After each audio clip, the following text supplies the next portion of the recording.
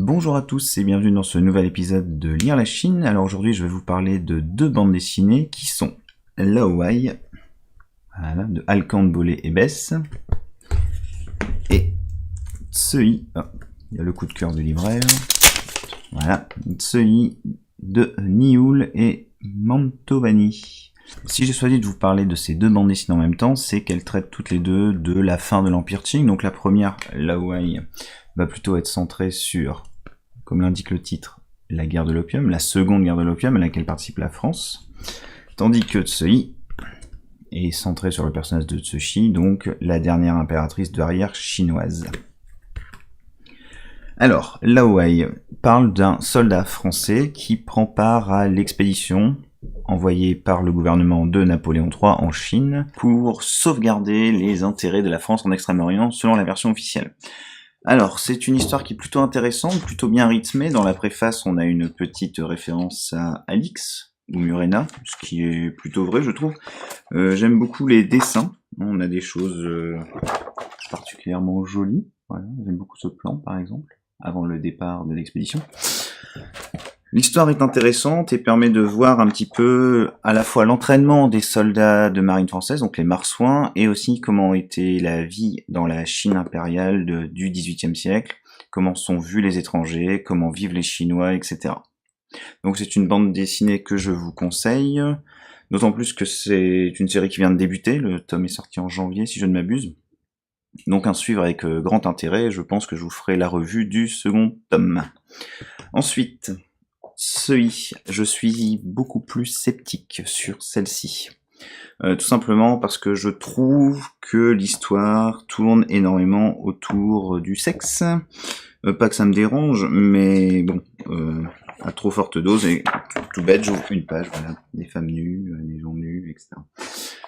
On sait que Sui était une concubine, donc son rôle était de satisfaire l'empereur, mais le parti pris de l'histoire des auteurs fait qu'on a vraiment l'impression qu'elle ne sait faire que ça, alors qu'elle se révèle être finalement une très grande manipulatrice. Alors bon, les dessins sont plutôt jolis, hein, l'histoire en elle-même est intéressante si on occulte tout l'aspect, on va dire, sexuel.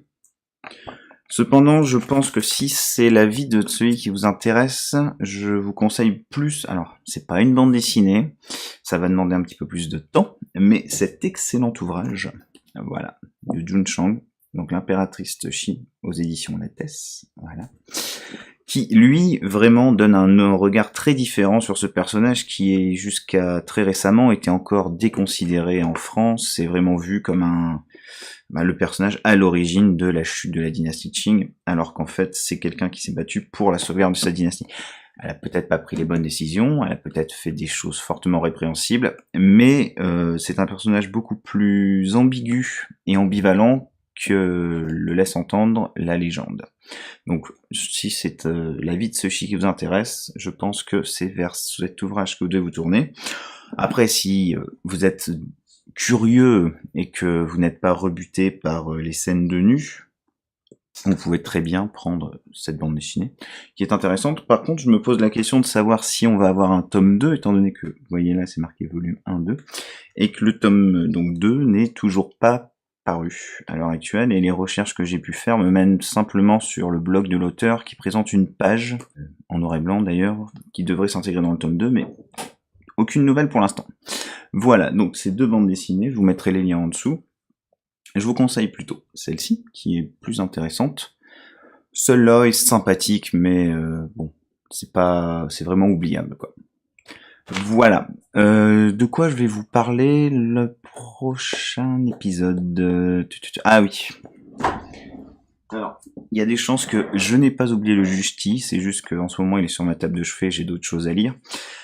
Du coup, je lis des choses plus, comment dire, rapides. Donc je pense que ce sera soit ceci, vous avez dû en entendre parler pas mal dans les médias, parce qu'il a fait un grand buzz. Donc notre histoire Pingrou et Meitang de Hao Pingrou, qui raconte l'histoire d'un couple de Chinois dans la Chine communiste, avec des très belles aquarelles, je trouve ça très joli. Ou alors, ça risque d'être celui-ci, Histoire du petit livre rouge. D'ailleurs, des petits livres rouges, j'en ai là, plein. Voilà, il y en a là, voilà. C'est un cadeau de Cédric, donc du coup je me suis dit j'allais faire une petite revue, hein, histoire de lui rendre hommage.